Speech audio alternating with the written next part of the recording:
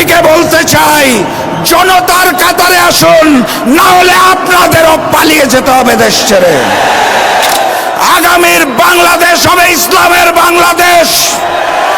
আগামীর সংসদ হবে কোরআনের সংসদ।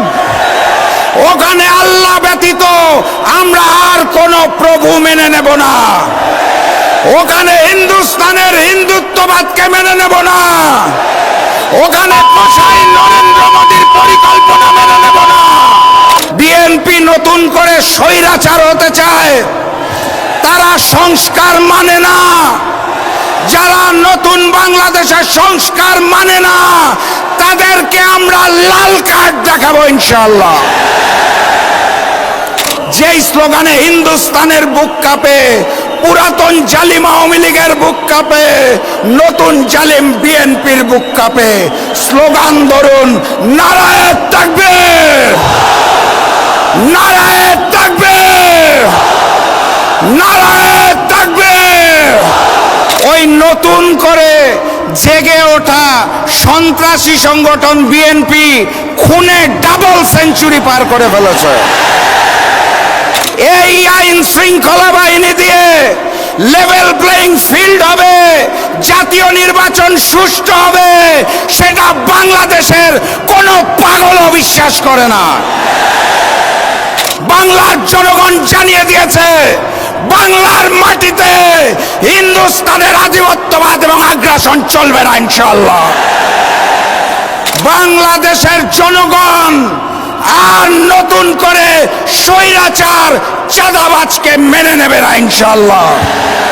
গণভোটে হা বলো, 8 দলের প্রতীকে সিল মারো। রূপসা, ভৈরব ও ময়ূর নদীর তীরে জুড়ে অবস্থিত শিল্পনগরী খুলনার বাবরি চত্বরে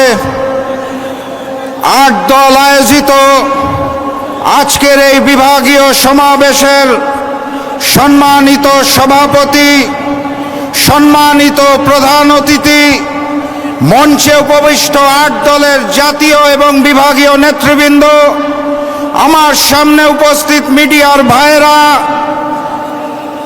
আমার সামনে উপস্থিত ইসলামী এবং দেশপ্রেমী জনতা, সবাইকে জানাই আমার দল জাতীয় গণতান্ত্রিক পার্টি জাগপার পক্ষ থেকে সংগ্রামী সালাম এবং শুভেচ্ছা।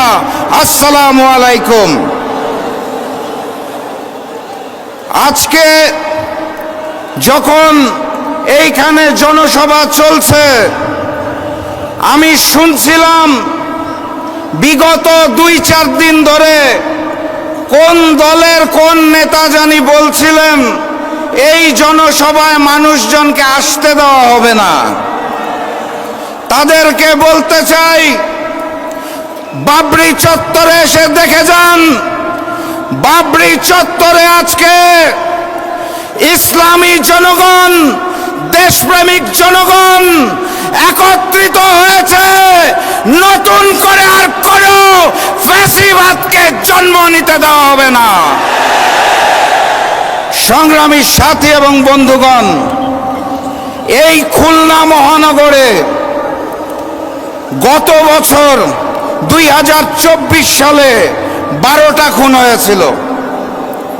2025 সালে 11 মাসে ফ্যাসিস্ট হাসিনা মুক্ত বাংলাদেশে তার 3 গুণ 34টা খুন হয়েছে।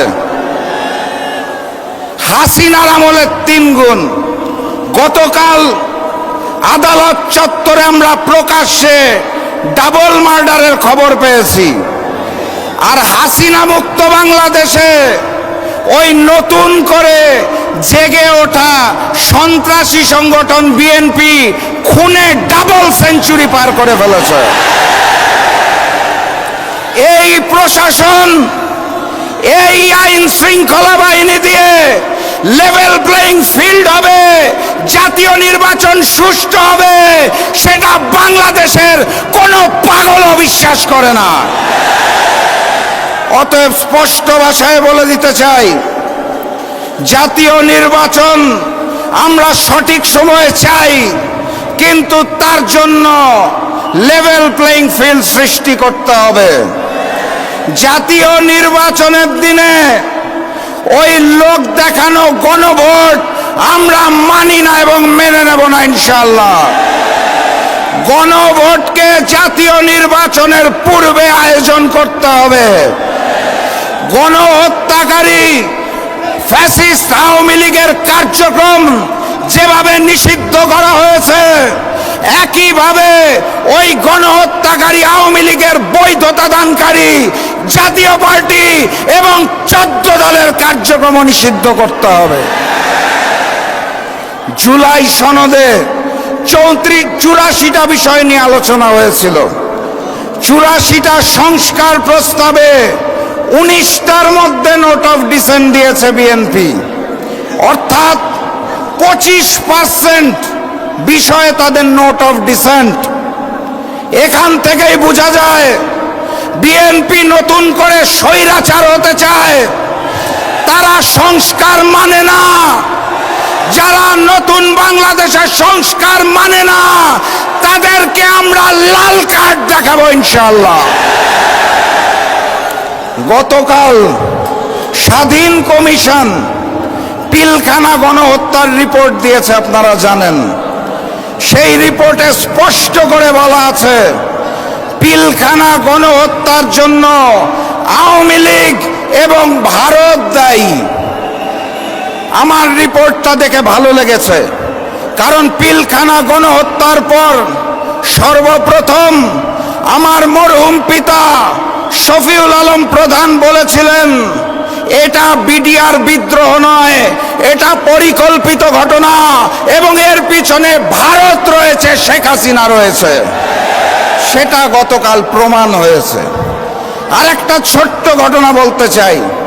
2 বছর আগে পিলখানা গণহত্যা দিবস উপলক্ষে আমরা একটি আলোচনা সভার আয়োজন করেছিলাম। তখন আমাদের দল জাকপা 12 দলীয় জোটে ছিল। প্রধান অতিথি হিসেবে এসেছিলেন বিএনপির একজন স্থায়ী কমিটির সদস্য। সেদিন আমি বক্তব্যের মধ্যে ওই হিন্দুস্তানের বিরুদ্ধে কথা বলেছিলাম দেখে বিএনপির ওই স্থায়ী কমিটির সদস্য রাগ করে সমাবেশ থেকে চলে গিয়েছিলেন। তারা বলতে চেয়েছিলেন বাংলাদেশের রাজনীতি করতে হলে, ক্ষমতায় থাকতে হলে হিন্দুস্তানকে নাকি তুষ্ট করতে হয়। 5ই আগস্ট বাংলার জনগণ জানিয়ে দিয়েছে বাংলার মাটিতে হিন্দুস্তানের আধিপত্যবাদ এবং আগ্রাসন চলবে না ইনশাআল্লাহ। প্রভু হিসাবে আমরা হিন্দুস্তানকে মানি না, আমাদের প্রভুর নাম মহান রব্বুল আলামিন আল্লাহ। আল্লাহ ব্যতীত কারো সামনে মাথা নত করতে চাই না। ক্ষমতায় যাওয়ার জন্য ওই পুরাতন আওয়ামী লীগ আর নতুন বিএনপি যদি হিন্দুস্তানের সাথে কারসাজি করতে চায়, তলে তলে গোপন বৈঠক করতে চায়, বাংলাদেশের জনগণ আর নতুন করে স্বৈরাচার চাঁদাবাজকে মেনে নেবে না ইনশাআল্লাহ।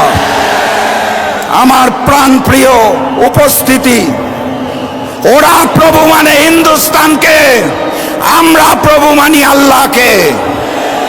বিজয় কার হবে? আমার সামনে উপস্থিত তৌহিদি জনতা, স্পষ্ট ভাষায় জানিয়ে দিতে চাই, গণভোটে হা বলো, 8 দলের প্রতীকে সিল মারো। গণভোটে হা বলো, 8 দলের প্রতীকে সিল মারো। আগামীর বাংলাদেশ হবে ইসলামের বাংলাদেশ। আগামীর সংসদ হবে কোরআনের সংসদ। ওখানে আল্লাহ ব্যতীত আমরা আর কোন প্রভু মেনে নেব না। ওখানে হিন্দুস্তানের হিন্দুত্ববাদকে মেনে নেব না। ওখানে কসাই নরেন্দ্র মোদীর পরিকল্পনা মেনে নেব না। আওয়ামী লীগ যেভাবে দেশ ছেড়ে হিন্দুস্তান পালিয়েছে, বিএনপিকে বলতে চাই জনতার কাতারে আসুন, না হলে আপনাদেরও পালিয়ে যেতে হবে দেশ ছেড়ে। আমি সর্বশেষ ওই স্লোগানটা দিয়েই শেষ করব, যেই স্লোগানে হিন্দুস্তানের বুক কাঁপে, পুরাতন জালিম আওয়ামী লীগের বুক কাঁপে, নতুন জালিম বিএনপির বুক কাঁপে। স্লোগান ধরুন, নারায়ে তাকবীর, নারায়ে তাকবীর, নারায়ে তাকবীর। আবারও দেখা হবে, আবারও কথা হবে ইনশাআল্লাহ। এই স্লোগান দিয়ে বিজয়ীর বেশে আমরা ঘরে ফিরব, তার আগে মাঠ ছাড়বেন না। বিজয়ের পথে যাত্রা শুরু, জীবন অথবা মৃত্যু। আসসালামু আলাইকুম।